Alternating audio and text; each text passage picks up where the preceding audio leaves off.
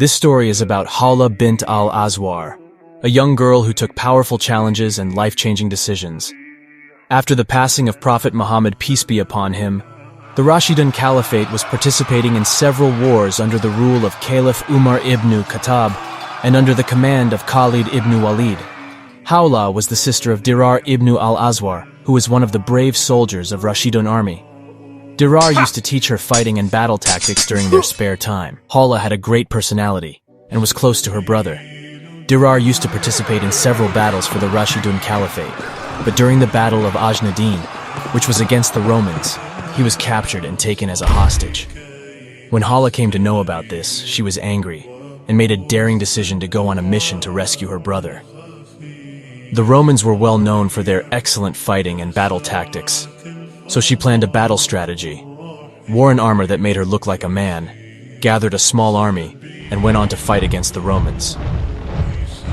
When they reached the territories of the Romans, they started charging towards and started attacking them. When the Rashidun soldiers saw the battle from a distance, they assumed it was Khalid ibn al-Walid, until they saw Khalid coming from the other side of the battle. They were shocked and told him, "Commander, we thought that was you." This is the first time I see someone with such power and energy, and I'm wondering, who is that soldier? When they saw the Romans retreating, Khalid and his unit ran to Khawla and revolved around her. He said, "By Allah, you fought like a great fighter. Show me your face." There was no answer. "Come on, answer the commander." Then a feminine voice came out of the armor. In the name of Allah, it's not out of rudeness that I'm not answering your question, O Commander. It's because I'm a woman. She told him what happened and how she ended up here. After hearing this, Khalid decided to take her to their military base until they figured out what to do next. The next day, she was crying for a long time thinking about her brother. Khalid felt sorry for her. He called Rafi ibn Umaira, who was the sub-commander in the army, and told him to check on whether Dirar is alive. Rafi had a Roman hostage. He asked him about Dirar and came to know that he is alive and being held hostage in Damascus. Khalid prepared Rafi along with 100 extremely skilled warriors for the rescue mission of Dirar, and when the soldiers were ready to leave, Khawla too wanted to go with them. When Khalid was asked about this, he said, "You saw the way she fought. Take her with you." They started heading towards Damascus. In the war at Damascus, Khawla participated along with the Rashidun army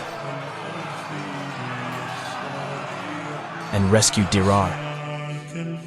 Khawla used to engage in several battles afterwards. During one of the battles, a group of women were taken as hostages by the Romans, and Khawla was one of them.